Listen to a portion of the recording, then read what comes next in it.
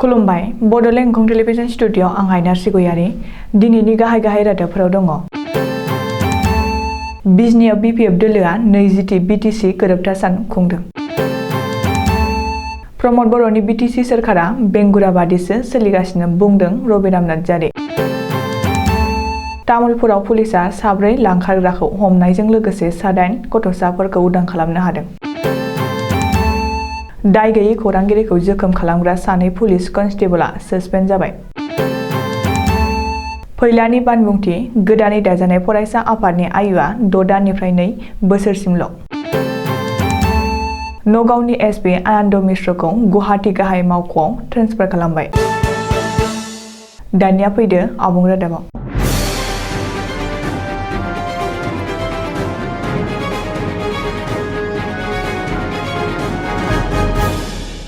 बिजनी जिल्ला बिपिएफ दोलोनि बानजायनायाव 10 फेब्रुवारि बिस्थिबारखालि बिजनीनि नं पेटागाव गेलेग्रा फोथाराव सानसेनि हाबाफारिजों गाजा गोमजायै 20थि बिटिसि गोरोबथा सान खुंदों।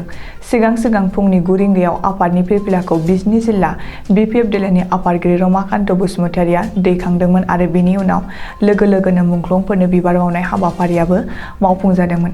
मख'नो गोनांदि थांनाय 2003 मायथाइनि 10 फेब्रुवारिखालि भारत सोरखार आरो बिएलटिजों बे बिटिसि गोरोबथाखौ खालामनाय जादोंमोन।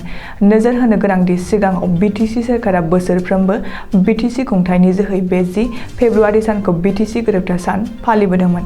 नाथाय आथिखालाव बिटिसिनि खुंथाय गोहोआव थानाय प्रमद बर' दैदेननाय इउपिपिएल, बिजेपि आरो एसजिपिनि जथाय सोरखारा बिटिसि गोरोबथा सानखौ जेबो बेसेन होआजासे सिरि आनज्रायनानै थाखोमानाय नुनो मोन्दों। जायखौ दिनैनि सानाव प्रमद बर'नि दैदेननाय बिटिसि खुंथाया खुंनांगौमोन, नाथाय बेखौ बिपिएफ दोलोआसो खुंनांदों। बिजनी जिल्ला बिपिएफ दोलोनि आफादगिरि रमाकान्त बसुमतारिनि मासि दैदेननायाव फुंनि 11 रिंगायाव मोनसे गेवलां मेल जानानै थाङो। बे गेवलां मेलाव बिजनी जिल्ला बिपिएफ दोलोनि गोबां दैदेनगिरि आरो मावथिफोरजों लोगोसे बिटिसिखौ गोरबोजों आजावनानै लानाय रायजो राजाया बाहागो लादों। गेवलां मेलखौ बेखेवदोंमोन 33 नं बिजनी बिधान सभानि बारग' एमएलए रमिय कुमार ब्रह्मआ।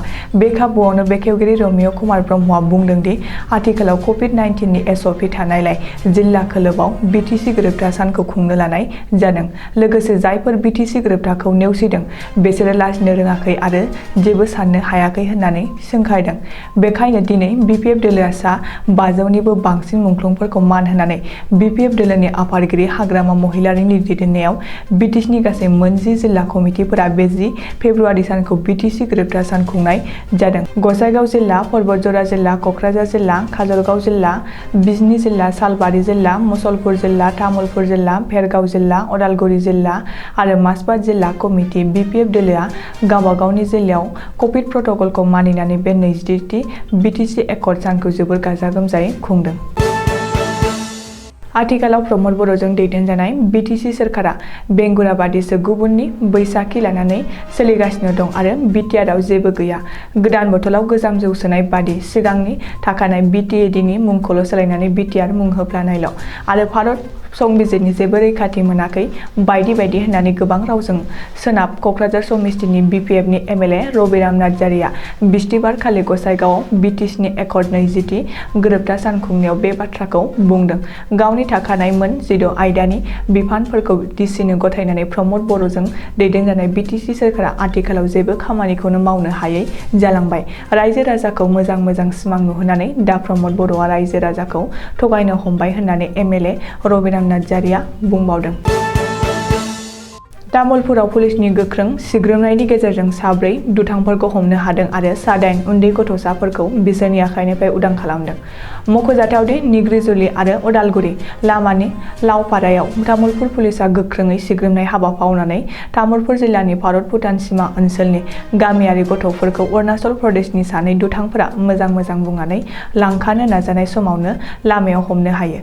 तामुलपुर पुलिसा 7 गथ'फोरजों लोगोसे 4 लांखारग्रा दुथांफोरखौ हमनो हादों।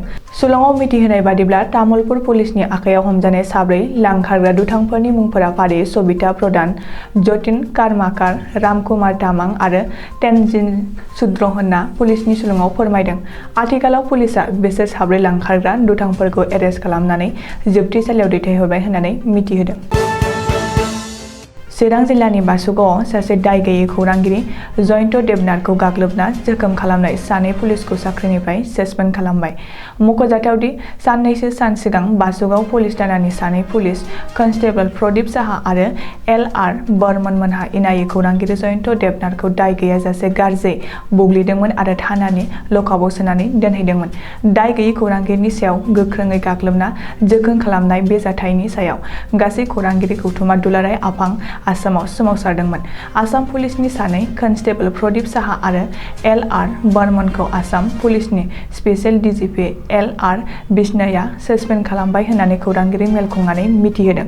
लोगोसे गासै जायखिजाया सुबुंफोरखौनो जाहाथे पुलिसफोरा गाज्रि आखु दिन्थिया बेनि थाखाय गासै पुलिस थानाखौ सांग्रांथि होदों। BNSUनि थांनानै थानायनि आयुखौ फैगौ 2025 मायथाइसिमल' थांनानै थागोन होननानै फेस्ला फावखुंगुर फैला बरग'यारिया बानबुथि होदों। मानो होनोब्ला बर' हारिनि गेजेराव गोदोनिफ्रायनो गोदान गोदान आफादनि जोनोम जाबोदों। नाथाय एबसुनि अनगायै मोनसेबो माहारियारि आफादफोरा अराय थांनानै थानो हायाखै। मानोना बिसोरबायदि आफादा राजखान्थि दोलोबादिसो।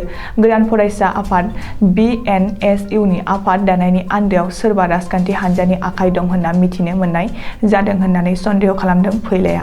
आथिखालाव बर' रायजो राजाफोरा माब्लाबाबो बेबायदि बर' फरायसा आफादखौ जातिनि खामानि मावग्रा संगठन महरै गनायबोआखै आरो राजखान्थि हान्जानि लालस होननानैसो गनायदों। गोदान गोदान आफादनि जोनोम जानाया बर' हारिनि गेजेराव गावजों गाव दावराव दावसि एना एनि खैदां खैफोद गावस्रालायनायनिसो गुबै जाहोन जानायनि अनगा जेबो गैया।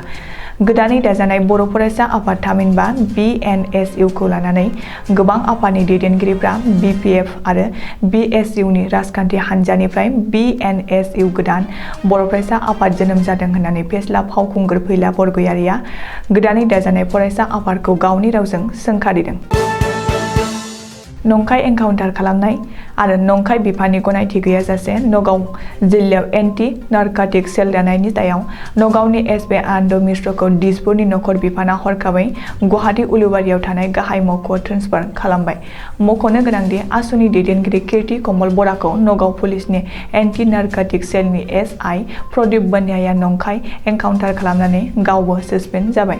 आसामनि एडिशनेल चिफ सेक्रेटारि पवन बरठाकुरनि नायबिजिरनायाव रिपर्टआव गासैबो सैथोआ बेरखांनायनि उनाव नगाव पुलिसनि फारसे गासैबो दायखौ मोननाय जादोंमोन।